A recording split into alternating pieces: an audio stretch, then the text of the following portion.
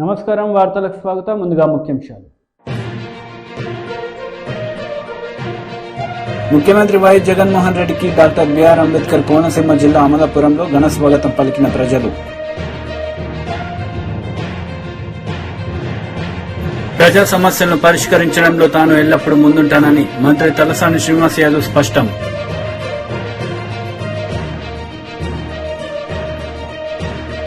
ప్రజల సమస్యలను పరిష్కరించడంలో తాను ఎల్లప్పుడూ ముందుంటానని మంత్రి తలసాని శ్రీనివాస్ యాదవ్ స్పష్టం చేశారు. హైదరాబాద్, ఎస్ఆర్ నగర్, ఎస్ఆర్టీ ప్రాంతాలలో మంత్రి పర్యటించి ప్రజల సమస్యలను అడిగి తెలుసుకున్నారు.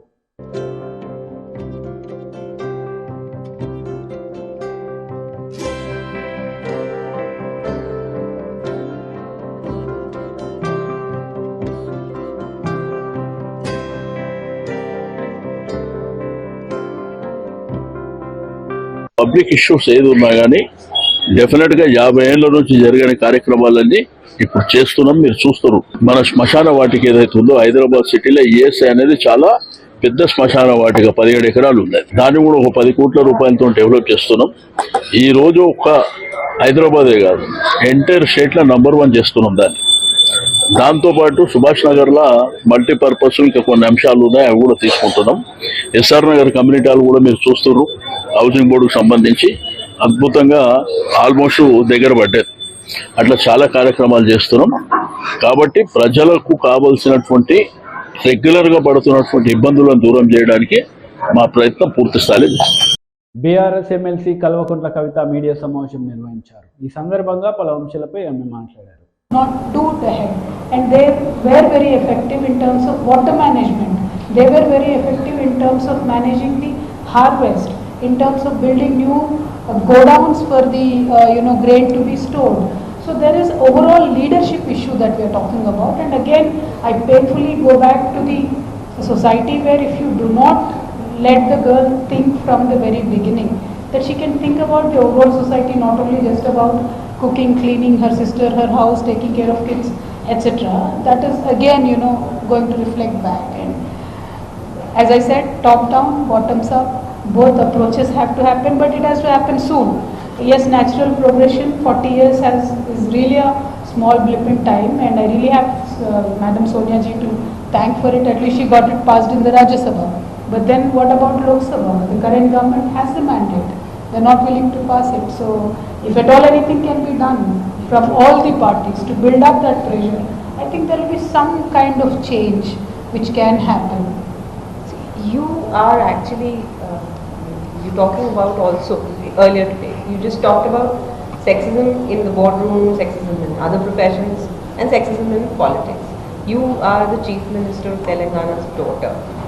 And when you stepped into politics was after a very long struggle when TRS, then TRS, now BRS, struggled for a separate state. So you are really, if I say that, from a very privileged, politically privileged background. Have you also faced that?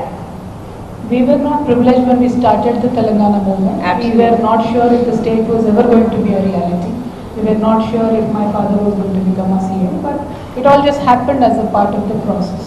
So I am not privileged in that sense because I walked a very, very tough path to come to a position where I am today. And being a CM's daughter, I lost an election.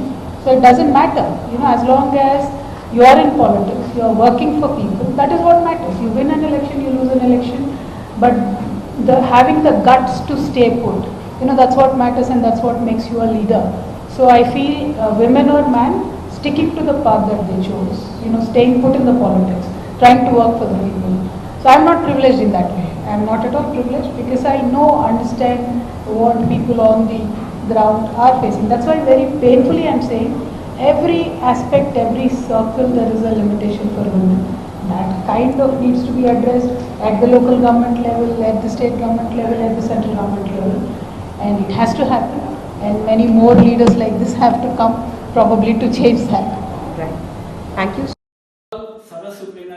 లో మంత్రి కేటీఆర్ పాల్గొన్నారు. ఈ సందర్భంగా ఆయన ప్రసంగించారు. We need a proper framework and a policy to be able to support an exchange, a data exchange. As the need for collection and use of large data sets is increasing, we it is imperative for governments, it is imperative from the large stakeholders' perspective to have proper guidelines and proper policy framework to ensure, most importantly, ethical collection and processing of agriculture data. Because you would think, or at least, I wouldn't say all of us, but some of the technology guys would think that farmers are gullible. It's easy, to part with data, to get data. But I think it's important for us to be ethical when we collect this data and use it to good effect for their benefit. Hence, Telangana has worked on the Agriculture Data Exchange Framework in collaboration with the WEF. I'm thankful to WEF. Every year we're there at Davos, meeting them, encouraging WEF to work with us. I'm delighted that this important sector, agriculture, has also received their partnership. Currently, there are no clear regulations on collection and usage of data in agriculture. There are very few startups and innovators that can work on new solutions. Uncontrolled collection and use of data will cause concerns among farmers and potentially could invade their privacy, and this is exactly what we wanted to avoid by way of this framework. The Digital Personal Data Protection Bill that was recently passed in both Lok Sabha and Rajya Sabha and the Agricultural Data Management Framework will bolster the regulations around agri-specific data and promote innovation in this space. The ADMF works on carefully curated guiding principles ranging from providing notices prior to data collection and consent-based processing of data to technological and operational safeguards. The ADMF also ensures that farmers' right to privacy is always respected, and the two-tier grievance redressal mechanism will ensure that any farmers in distress have quick and fair resolution to their.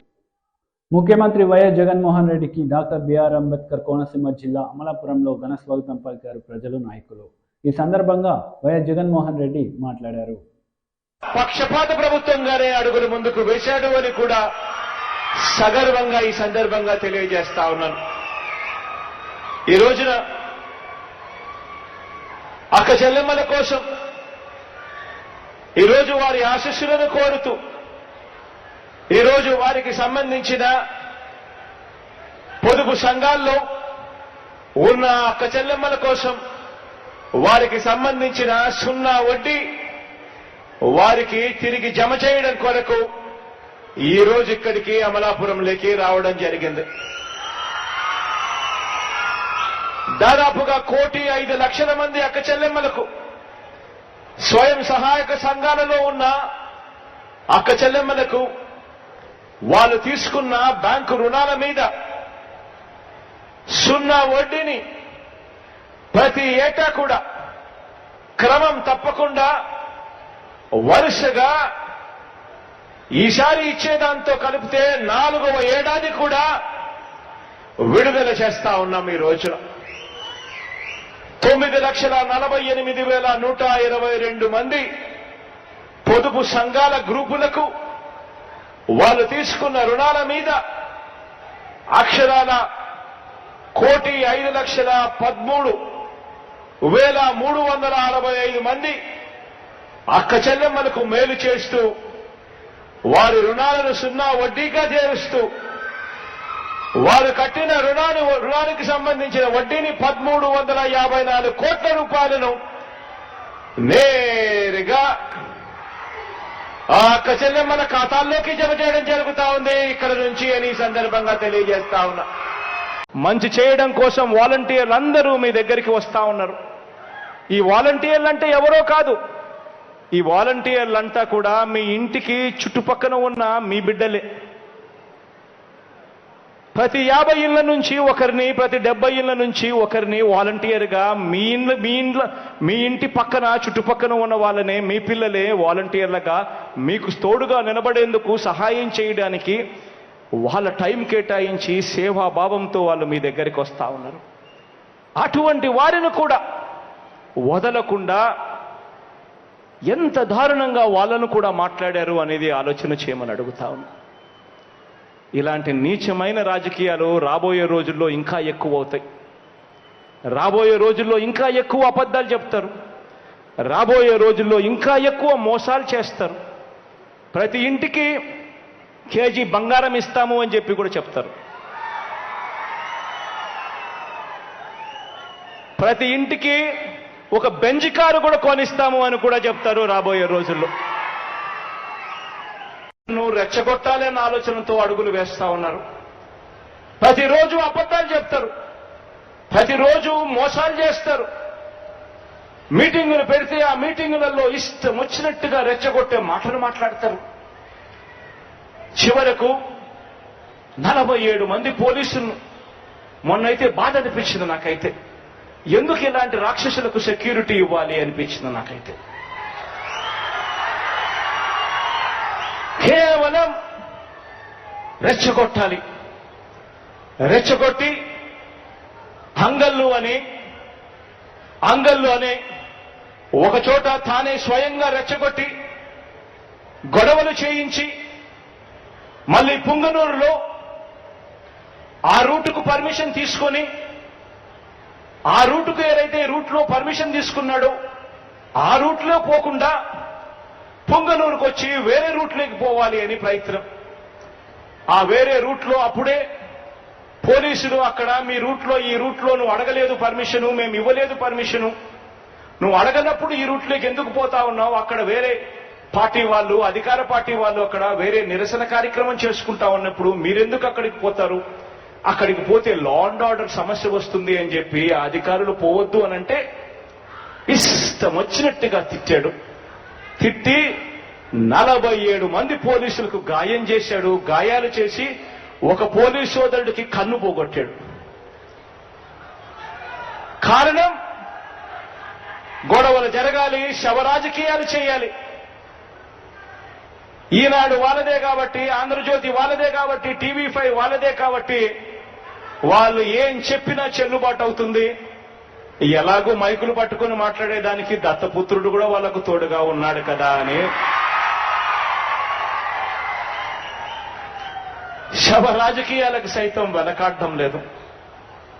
ఇలాంటి వారిని గురించి ఆలోచన చేయమని అడుగుతా ఉన్నా. మంచి చేయడం కోసం వాలంటీర్లు అందరూ మీ దగ్గరికి వస్తా ఉన్నారు.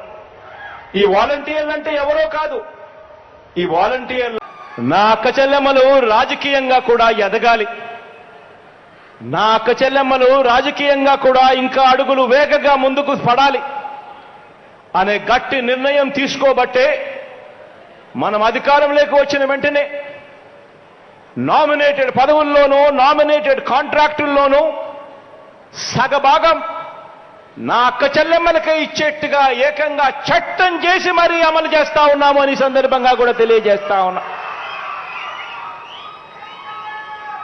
మనది మహిళా పక్షపాత ప్రభుత్వం కాబట్టి వారి రక్షణ కోసం దేశంలో కూడా ఎక్కడా కూడా లేని విధంగా, రాష్ట్రంలో ఇంతకు ముందు ఎప్పుడూ కూడా చూడని విధంగా నా అక్క చెల్లెమ్మలకు ఈరోజు దిశ యాప్ను వాళ్ళ ఫోన్లలోకి డౌన్లోడ్ చేశాం.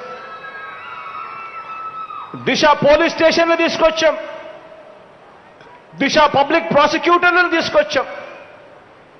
ఇలా దిశ యాప్ డౌన్లోడ్ చేసుకున్న వాళ్ళు నా అక్క చెల్లెమ్మలు మన రాష్ట్రంలో 1,24,00,000 మంది ఈరోజు రిజిస్ట్రేషన్ చేసుకున్నారు.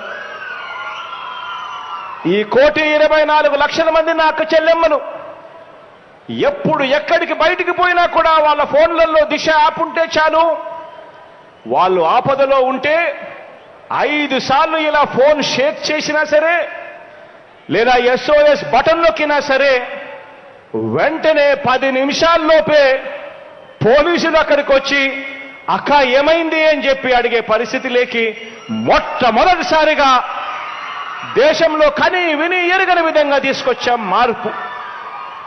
ఇలా నా అక్క చెల్లెమ్మలు ఆపదలో ఉన్నప్పుడు ఆదుకున్న నా పోలీస్ సోదరులు, ఆ అక్క చెల్లెమ్మలకు అన్నతమ్ముడిగా నిలబడిన నా పోలీస్ సోదరులు అక్షరాల కాపాడినది 30,369 మంది నా అక్క చెల్లెమ్మలను కాపాడగలిగారు.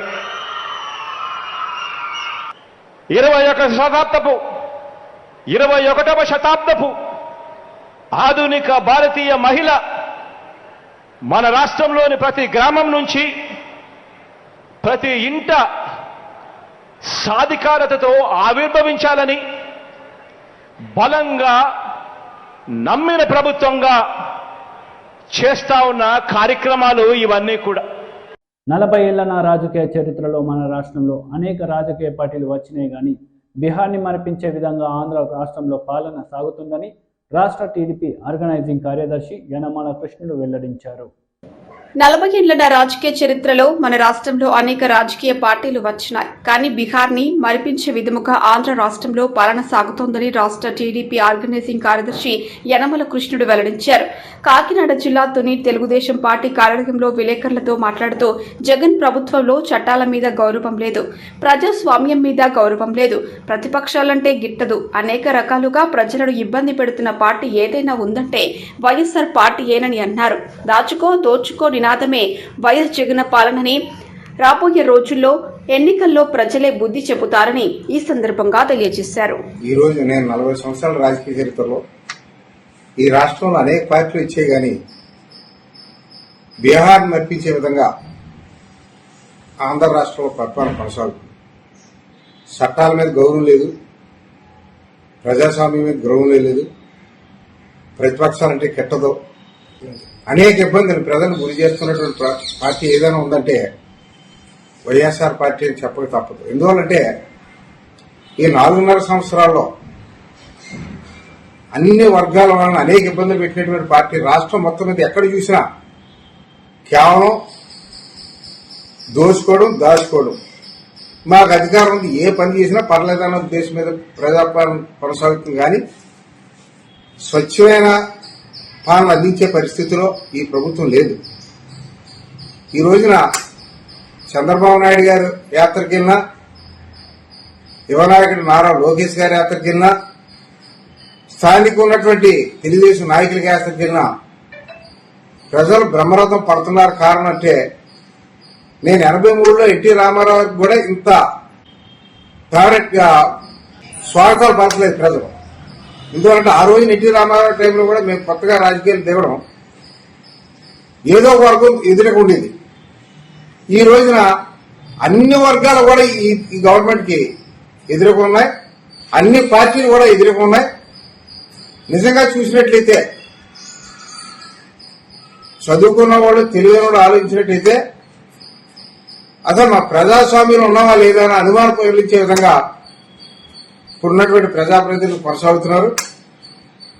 ఈ ఉత్తరాంధ్రలో కాదు, మొత్తం మన ఆంధ్ర రాష్ట్రంలో ఎక్కడికి వెళ్ళినా ఎవరితో మాట్లాడినా ఎదురిక భావంతో మాట్లాడుతున్నారు. ఈ ప్రభుత్వం మీద ఫేవరెట్ గా ఎవరో మాట్లాడటం లేదు. ఇప్పుడు తప్పక కొంతమంది భయపడి పథకాలు తీసేస్తారేమో, కేసులు పెట్టేస్తారేమో, లేకపోతే ఏమైనా ఉంటే లోటుపాట్లు ఉంటే ఏమైనా భూములు లాగేసుకుంటారేమో భయంతో ఉంటున్నారు తప్ప ఈయనతో ఈ ప్రభుత్వం గురించి మాట్లాడేవాడు కూడా ఎవరో కూడా ఇష్టంతో మాట్లాడడం లేదు.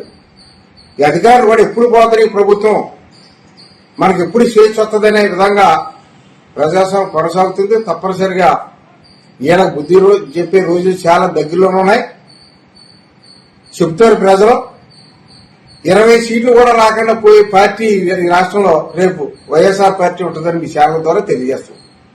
సైబరాబాద్ సిపి స్టెఫెన్ రవీంద్ర మీడియా సమావేశం నిర్వహించారు. ఈ సందర్భంగా ఆయన మాట్లాడారు.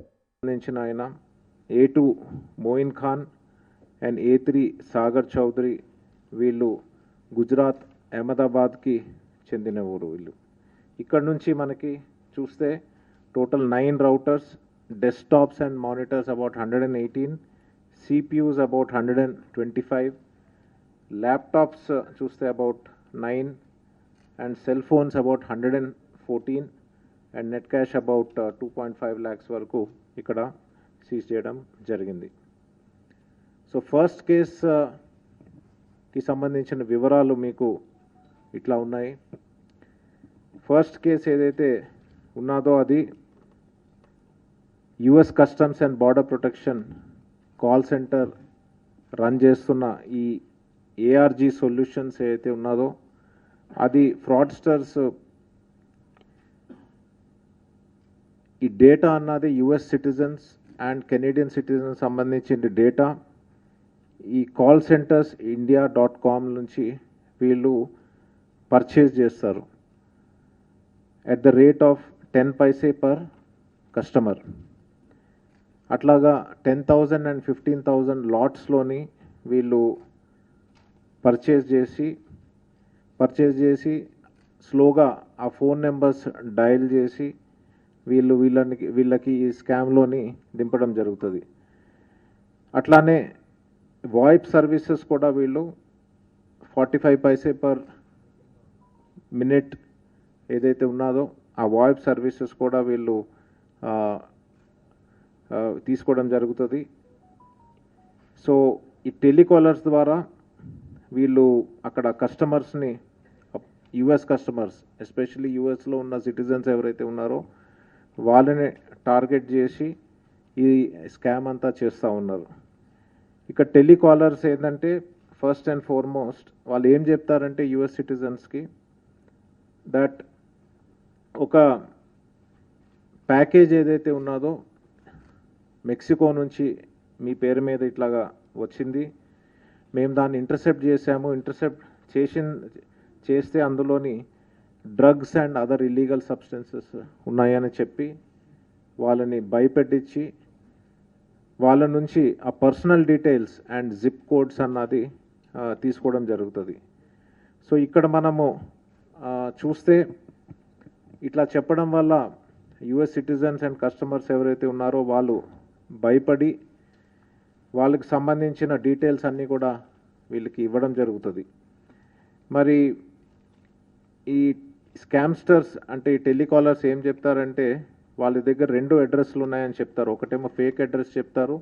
ద సెకండ్ వన్ ఈజ్ ఏదైతే ఆ డేటాబేస్లో ఉన్న ఆ అడ్రస్ ఉన్నదో అది చెప్తే వీళ్ళు ఆటోమేటికలీ నమ్మడం జరుగుతుంది.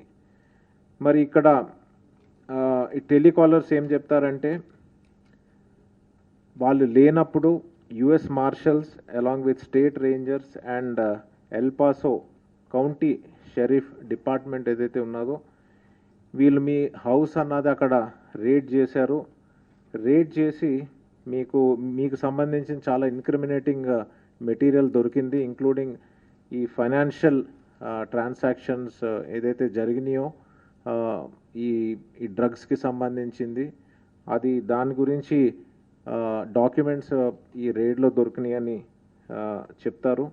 తర్వాత as per report of asset control bureau of US treasury department more than $2.5 million వరకు మెక్సికో, కొలంబియా అండ్ యుఎస్ మధ్యన ఈ ట్రాన్సాక్షన్స్ జరిగినాయి అని చెప్పి వాళ్ళని భయపడించడం జరుగుతుంది.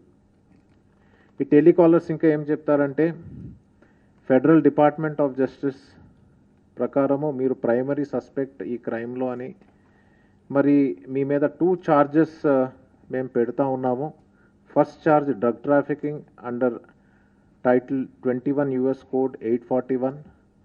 ద సెకండ్ ఛార్జ్ ఏంటంటే ఈ money laundering under US code section 18, 1956 and 57 కింద ఈ 2 ఛార్జెస్ మీ మీద ప్రెస్ చేస్తూ ఉన్నాము.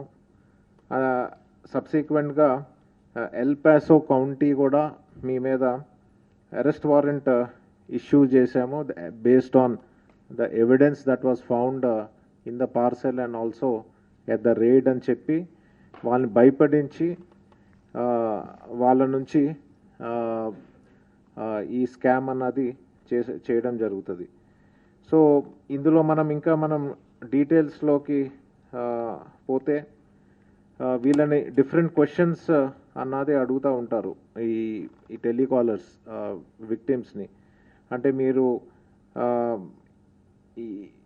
ఇప్పుడు మీరు ఇప్పుడు మీ మీద ఛార్జెస్ అన్నది ఫ్రేమ్ చేయడం జరుగుతుంది, అరెస్ట్ వారెంట్ కూడా ఇష్యూ చేశాము, మరి దీని నుంచి మీరు బయటపడాలంటే ఎట్లా అన్నదన్న విషయం కూడా వీళ్ళు ఒక హింట్ ఇవ్వడం జరుగుతుంది వీళ్ళకి. వీళ్ళు ఫైనల్గా ఏం చెప్తారంటే మీకు సంబంధించిన ఏదైతే ఛార్జెస్ ఉన్నాయో అది ఐడెంటిటీ థెఫ్ట్ ఆర్ ఇంపర్సనేషన్ వల్ల కూడా అయి ఉండొచ్చు అని, మీరు నాట్ గిల్టీ అని ప్రూవ్ చేసుకోవాలంటే యుఎస్ మార్షల్స్తోని మీరు మాట్లాడాలని చెప్పి వీళ్ళు ఐవీఆర్తోని సబ్సిక్వెంట్గా వాళ్ళ టీమ్ లీడర్కి ఫోన్ ఇవ్వడం జరుగుతుంది. తర్వాత వాళ్ళ టీమ్ లీడర్ ఒక యుఎస్ మార్షల్ ఆఫీస్ నుంచి మాట్లాడుతున్నట్టు పోస్ట్ చేసి ఇదంతా కూడా మీరు చెప్తున్నది రికార్డ్ చేస్తున్నాము అని చెప్పి మీరు ఇది బయటపడాలంటే దీని నుంచి ఒక చిన్న పెనాల్టీ ఆర్ ఫైన్ అన్నది మేము ఇంపోజ్ చేస్తాము. అది that is equal to about 5,000 నుంచి $6,000 ఉంటుంది అని చెప్పి వీళ్ళు అదే దాని నుంచి బయటపడాలంటే ఒక గిఫ్ట్ కార్డ్ మీరు కొనాలి. ఆ గిఫ్ట్ కార్డ్ మీరు యాపిల్ ఆర్ అమెజాన్ వెబ్సైట్స్ నుంచి కొని అది మాకు పంపిస్తే డెఫినెట్గా మీ మీద ఏం ఛార్జెస్ మేము ప్రెస్ చేయమని చెప్పి వీళ్ళు చెప్పడం జరుగుతుంది. తర్వాత ఆ గిఫ్ట్ కార్డ్ వచ్చిన తర్వాత ఈ ఫ్రాడ్స్టర్స్ ఎవరైతే ఉన్నారో వాళ్ళు ఈ ప్యాక్స్ఫుల్ ఏదైతే అకౌంట్ ఉన్నదో ఆ అకౌంట్లోని ఈ డిస్కౌంటెడ్ ప్రైస్లో అది అమ్ముతారు. అది తర్వాత అమ్మి దాన్ని క్రిప్టోలోని కన్వర్ట్ చేస్తారు. కన్వర్ట్ చేసి ట్రస్ట్ వాలెట్ అని క్రిప్టో వాలెట్లోని అది డిపాజిట్ చేయడం జరుగుతుంది. తర్వాత ఆ క్రిప్టోనేమో ఇక్కడ లోకల్గా మనకి లోకల్ bitcoin.com అని వాళ్ళకి చెప్తారు. బేసికలీ ఇదంతా కూడా డిజిటల్ హవాలా ఏదైతే ట్రాన్సాక్షన్ అవుతుందో దానికి సంబంధించింది. వాళ్ళకి ఇచ్చిన తర్వాత వాళ్ళ క్యాష్ అన్నది వీళ్ళకి రిటర్న్ ఇవ్వడం జరుగుతుంది. ఇది స్లైట్లీ ఇట్స్ కాంప్లెక్స్ థింగ్. నేను ఈ డీటెయిల్గా మళ్ళీ మీకు చెప్తాను. ఈ సెకండ్ ఏదైతే క్రైమ్ ఉన్నదో అది సందీప్ గారు వివరిస్తారు. ఇదేమో వర్టెక్స్ సొల్యూషన్స్ కంపెనీ అయితే ఉన్నదో అది fake Amazon customer call centre run చేస్తూ ఉన్నది. ఆ వివరాలు డీసీపీ గారు చెప్తారు. Sir good afternoon sir. ఇది వర్టెక్స్ సొల్యూషన్స్ అని ఒకటి ఫేక్ కాల్ సెంటర్ పెట్టారు. వీళ్ళు ఏం చెప్తారంటే అమెజాన్ కస్టమర్ సర్వీస్ సెంటర్ నుంచి మాట్లాడుతున్నామని కాల్ చేస్తారు. ఆటోమేటెడ్ కాల్ ఫస్ట్ వాళ్ళకి కస్టమర్కి కాల్ చేసి తర్వాత అక్కడ నుంచి ఒక ఎగ్జిక్యూటివ్ మాట్లాడి ఏం అడుగుతారంటే మీ ఆర్డర్ ఐడి డీటెయిల్స్ ఇవ్వండి అంటారు. కస్టమర్ ఏమో నేను ఆర్డర్ ఏం చేయలేదు కదా అంటే మీ అకౌంట్ నుంచిలే మీ అకౌంట్ క్రెడెన్షియల్స్ నుంచిలే ఆర్డర్ ఉంది. ఒక యాపిల్ మ్యాక్బుక్ కావచ్చు, లేకుంటే యాపిల్ ఎయిర్పాడ్స్, లేకుంటే అదర్ షాపింగ్ ఐటమ్స్ ఆర్డర్ చేశారు. టోటల్ వర్త్ 1,500 లేకుంటే 2,000, 3,000 అట్లా డిఫరెంట్ డినామినేషన్. వార్తలు ముగించే ముందు ముఖ్యాంశాలు మరోసారి. ముఖ్యమంత్రి వైఎస్ జగన్మోహన్ రెడ్డికి డాక్టర్ బిఆర్ అంబేద్కర్ కోనసీమ జిల్లా అమలాపురంలో ఘన స్వాగతం పలికిన ప్రజలు. ప్రజా సమస్యలను పరిష్కరించడంలో తాను ఎల్లప్పుడూ ముందుంటానని మంత్రి తలసాని శ్రీనివాస్ యాదవ్ స్పష్టం.